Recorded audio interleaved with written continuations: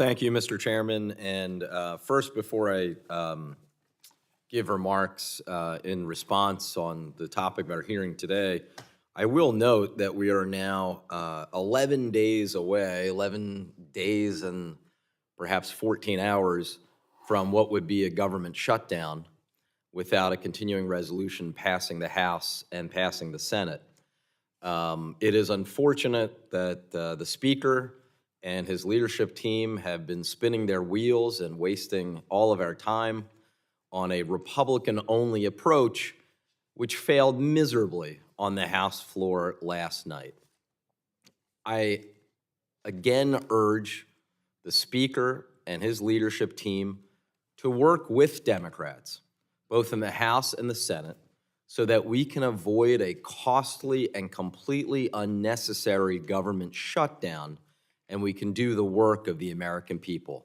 11 days is not much time, and the sooner the Speaker and Republican leadership realize that this highly partisan, go-it-alone approach is failing, as we saw last night, and doomed to fail, the sooner they recognize that, the sooner we can get out of this mess and assure that we avoid a costly government shutdown.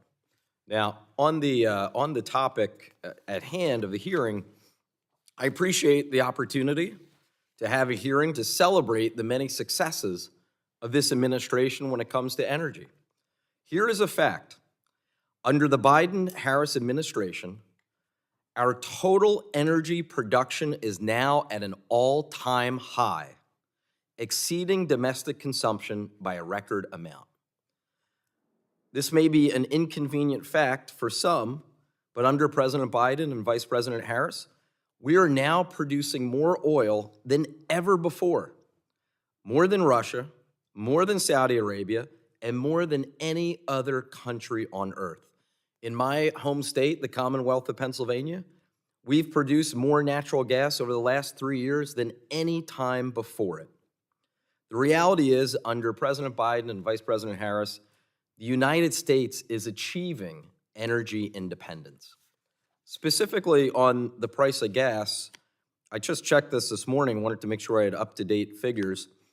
Prices at the pump are now averaging $3.22 a gallon. That's the national average.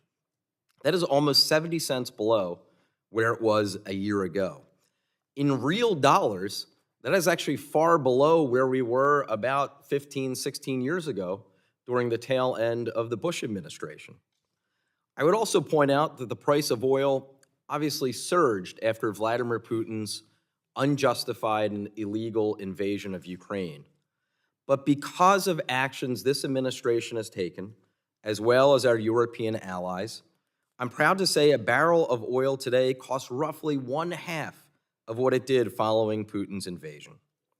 So this is a record that we can celebrate. I appreciate the words of the Fed chair yesterday when making the announcement that we are at the 2% target and therefore can begin lowering interest rates. No wonder that just this morning, literally as I speak, the stock market, the Dow and the S&P are literally at all-time highs.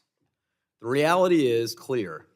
The United States has bounced back from the worldwide pandemic better, stronger, and more secure than any other country on earth.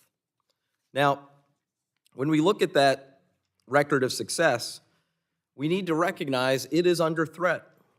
Donald Trump's Project 2025 would turn back the clock on all of this progress.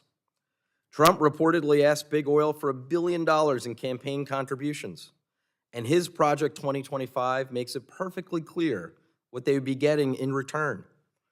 Their extreme plans would destroy the Inflation Reduction Act, and along with it, they would threaten the 300,000 new jobs that we have delivered in clean energy as part of a generational transition.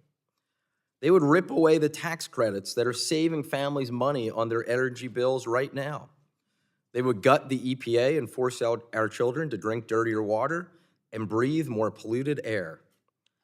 Even as they would force families to pay higher costs, Trump's plans would cut taxes for the biggest corporations in America, delivering a $1.3 billion tax break to just the 5 largest oil companies in America.